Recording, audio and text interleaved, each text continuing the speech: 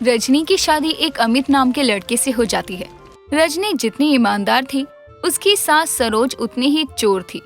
और बाहर तो बाहर, वो अपने घर में भी चोरी करने से बाज नहीं आती थी। रजनी एक दिन कमरे में बैठी अपनी शादी के तोहफे को देख रही थी। तभी सरोज वहां आती है और इतने सारे तोहफे देखकर उसकी आंखें खुली की खुली रह जाती है और वो अपने मन में सोचती है, बहू के पास कितना माल है, मेरे तो अभी से हाथों में खुजली होने लगी। अगर एक दो चुरा भी लूंगी तो बहू को क्या ही पता चलने वाला है इतने सामानों में। चल सरोज, लग जा काम पे। बहू, ये सारे तोहफे तो बहुत महंगे लग रहे हैं। हाँ माँ जी, ये सब तोहफे मेरे दोस्त ने मुझे मेरी शादी में दिए थे, जो कि इंडिया के बाहर रहते हैं। मेरी सिर्फ शादी के लिए वो इंडिया आए थे। वो तो मुझे तोहफे देखकर ही लग रहा है कि किसी अमीर इंसान ने दिया है, वरना यहाँ के लोग 1100 रुपए लिफाफे में डाल कर देते हैं और आते पूरे परिवार के साथ हैं खाने। माँ जी, आप इतनी छोटी छोटी चीजों पर भी ध्यान देती हैं क्या? हाँ बिल्कुल बहू, क्या करे, आजकल का जमाना बहुत खराब है और महंगाई बहुत ज्यादा। तू कहे तो मैं तेरी कोई मदद करूँ क्या? नहीं नहीं माँ जी, आप क्यों परेशान होंगी, मैं कर लूंगी। अरे बहू, इसमें परेशानी वाली क्या बात है, इसी बहाने तेरे साथ थोड़ा समय बिताने को मिल जाएगा।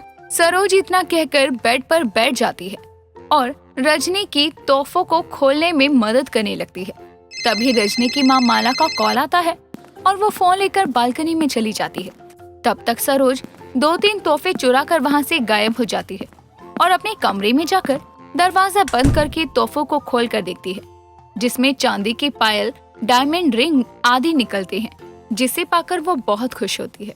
भगवान ने तो अपने ही घर में छप्पड़ फाड़ कर दे दिया, दूसरों के घर में चोरी करने की क्या जरूरत है। अब अपनी पूरी जिंदगी में कभी डायमंड रिंग नहीं पहनी, लेकिन बुढ़ापे में नसीब हो गई, इससे अच्छी बात और क्या हो सकती है।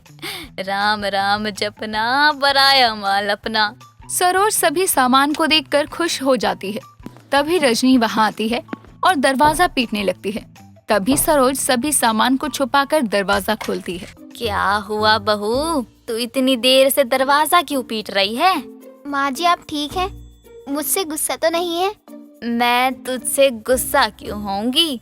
माँ जी, वो आप मेरी मदद करने के लिए आई और मैं फोन पर लगी हुई थी, तो मुझे लगा आप गुस्सा होकर कमरे में आ गई हैं। नहीं बहू, ऐसा कुछ नहीं है। वो मेरे सर में ना दर्द होने लगा, इसलिए आराम करने लग गई थी। तेरा काम पूरा हो गया? देख लिए सारे तोहफे?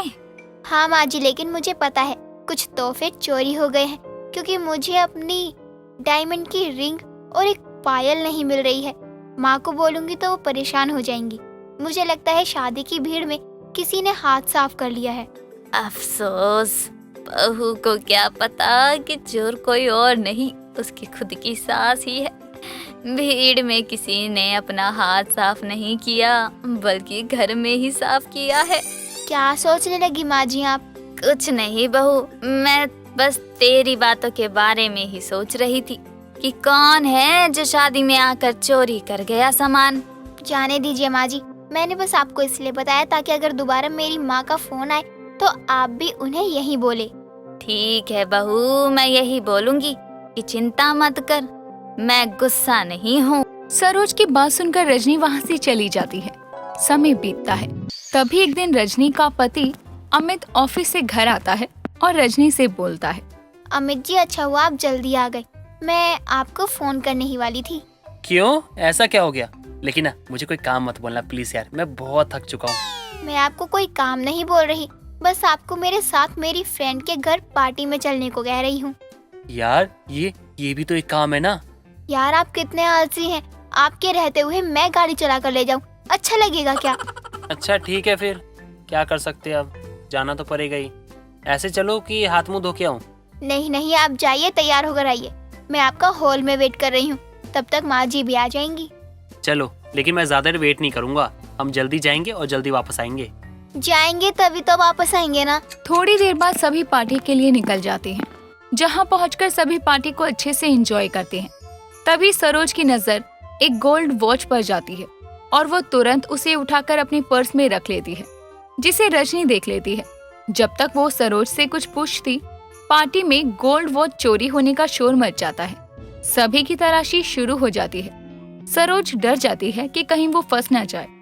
कुछ देर बाद सभी घर वापस आ जाते हैं। सरोज अपने पर्स का सारा सामान बेड पर बिखेर कर वॉच ढूंढने लगती है। तभी वहाँ रजनी आती है। क्या हुआ माँ जी, आप इतनी रात गए घबराते हुए क्या ढूंढ रही हैं? वो बहू, मैं अपनी दवाइयाँ ढूंढ रही थी। पता नहीं कहाँ रख दी है मैंने, मिल ही नहीं रही। माँ जी अब और कितना झूठ बोलेंगी आप? बहू, तू ये क्या कह रही है? मैंने तुझसे क्या झूठ बोला है? आजकल तेरा दिमाग कुछ ज्यादा ही तेज चलने लगा है। देखिए माँ जी, मुझे घुमा फिरा कर बात करना नहीं आता है। सीधी बात तो यह है कि आपने चोरी करी है आज। मैंने? और चोरी? तेरा दिमाग तो ठीक है बहू। माँ जी, मैंने आपको वो गोल्ड वॉच उठाते और बैग में डालते हुए देख लिया था। जब तक आपसे कुछ पूछती मैं, उससे पहले शोर मच गया। जरा सोच कर देखिए, अगर सबके साथ आपका भी बैग चेक हो जाता तो मेरी क्या इज्जत रह जाती और मेरी दोस्त की नजर में मेरी सास चोर है ये नजर आता। ऐसा कुछ तो हुआ ही नहीं है। एक तो मेरा दिमाग वैसे ही खराब है कि घड़ी नहीं मिल रही, ऊपर से तू भी ईमानदारी का भाषण दे रही है। हाय राम, ये क्या बोल गई मैं। लो, झूठ खुद ब खुद सामने आ गया। मैं अभी अमित जी को सब कुछ बताने जा रही हूँ कि उनकी माँ एक चोर है। आप उनकी कौन सी जरूरत पूरी नहीं कर पाए जिसकी वजह से आपकी माँ चोरी करने की नौबत पर आ गई है। नहीं बहू, ऐसा मत करना, वरना मेरे बेटे को बहुत बुरा लगेगा। हाँ, तो चोरी करने से पहले सोचना चाहिए था ना। कहाँ मैं इतनी ईमानदार लड़की और मेरी सास एक चोर। सोच कर भी शर्म आती है मुझे शक तो पहले ही हो गया था जब मेरा शादी के तोहफे कम हुए थे, लेकिन यकीन आज हो गया है। बहू, मैं तुझसे वादा करती हूँ, आज के बाद कभी बाहर चोरी नहीं करूँगी। बस इस बार मुझे माफ कर दे। ठीक है माँ जी, इस बार आपको छोड़ देती हूँ। आगे से कभी आप मुझे चोरी करती दिखी तो मैं तुरंत अमित जी को सब बता दूंगी। रजनी इतना कहकर वहाँ से चली जाती है, जिसके बाद सरोज की जान में जान आ जाती है। समय बीतता है, तभी एक दिन सरोज की पड़ोसन कमला उसके घर आती है। बहू, अमित बेटा कहाँ है? मुझे उससे कुछ काम था। आंटी जी, वो कमरे में तैयार हो रहे हैं। आप बताइए, आपको क्या काम है? बहू, अमित के हाथों से ये पैसे मेरी बेटी तक पहुंचा दे। इस बार छुट्टी में वो घर नहीं आएगी, उसका पेपर है। लेकिन आंटी जी, उनको बहुत इम्पोर्टेंट मीटिंग में जाना है, वो नहीं जा पाएंगे। बहू, उसे कहीं जाने की जरूरत नहीं है, उसके ऑफिस के सामने ही मेरी बेटी का हॉस्टल है। अच्छा, तब तो दे देंगी आंटी, लेकिन ये पैसे कितने हैं ये तो बता दीजिए।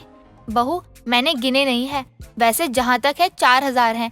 उसने इतने ही मांगे थे तो मैंने इतने ही जमा किया। अब मैं चलती हूँ, घर खुला है। कमला के जाने के बाद रजनी पैसे गिनती है, जो कि 4 नहीं 6000 होते हैं, और वो सोच में पड़ जाती है। 2000 ज्यादा है ये तो।